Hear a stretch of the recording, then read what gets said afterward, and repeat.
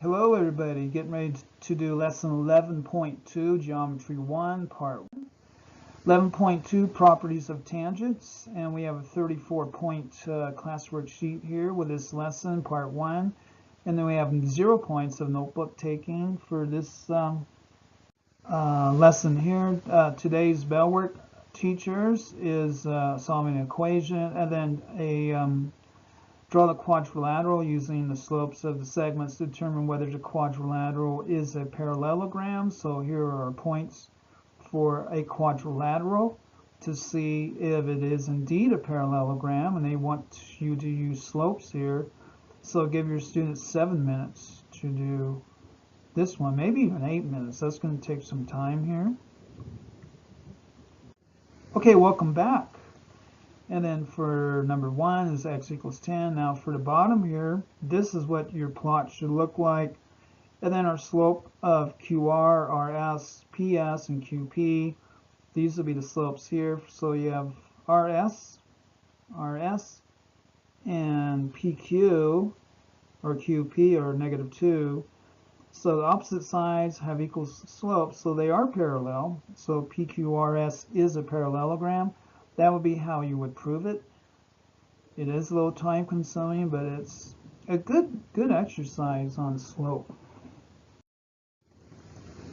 Okay, theorems 11.1, 11.2. If a line is tangent to a circle, then it is perpendicular to the radius drawn at the point of tangency. So your point of tangency is right here, and then this line here is a tangent, so it would be perpendicular to this radius here. If L is tangent to circle C at B, then L is perpendicular to CB. I mean, there it is, and using symbology there, that would be the way that you could describe that relationship there.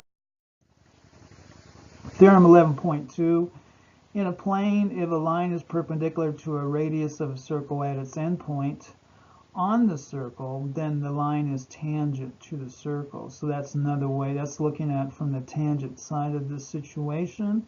If L is perpendicular to CB, if it's perpendicular to CB, then L is tangent to circle C at B. That'd be another way to draw a tangent, is making sure that it is perpendicular to this radii here.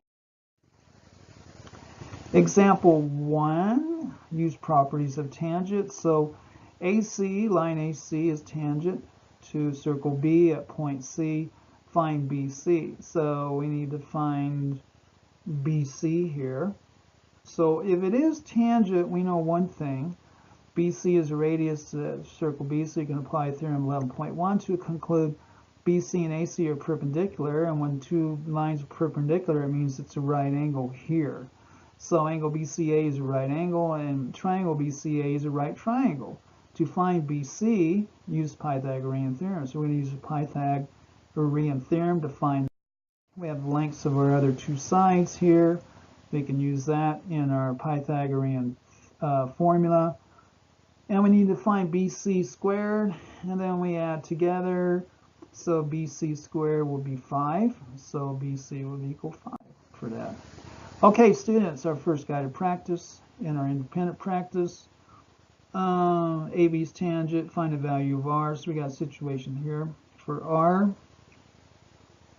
XY is tangent to at point P. What is the measure of angle CPX? So the angle here, CPX, what would that angle measure be? Teachers, give your students 5 minutes on this. Okay, welcome back for our solutions. R would equal 8 using the Pythagorean theorem. We would plug in the values that we have, which is the hypot, and then one of the legs. We need to find our R squared there. And then the second one, hand it in, students. Your teacher will check that one. Okay, so onward to example 2, find the radius of a circle. So here is a silo.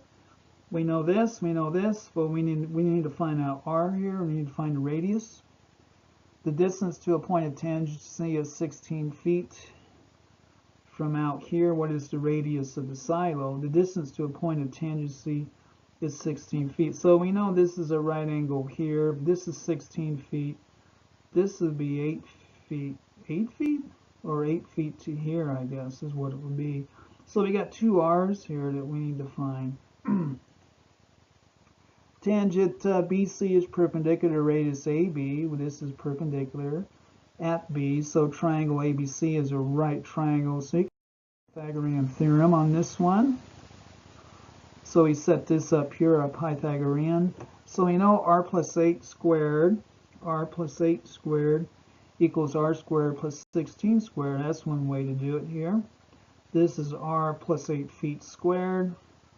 That would be our hypotenuse. So we expand this out using our FOIL actually, and that's like, you know, algebra 1 or algebra 2, and then r squared plus 256 on the right side. We combine like terms here. They say subtract r squared from each side. You can do that too. 16r plus 64 equals 56. So 16r equals 192. And then r would equal 12 in this case. And we just substitute 12 back in to our diagram. And the radius of the silo is 12 feet. And then our hypotenuse would be 12 plus 8. Okay, into our 3 and 4 now.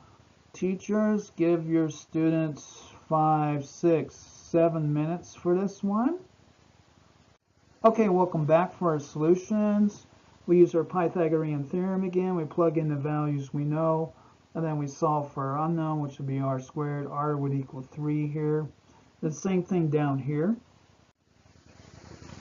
And that was 11.2 part 1, part 2, part 3. Email me here for those. Thank you very much.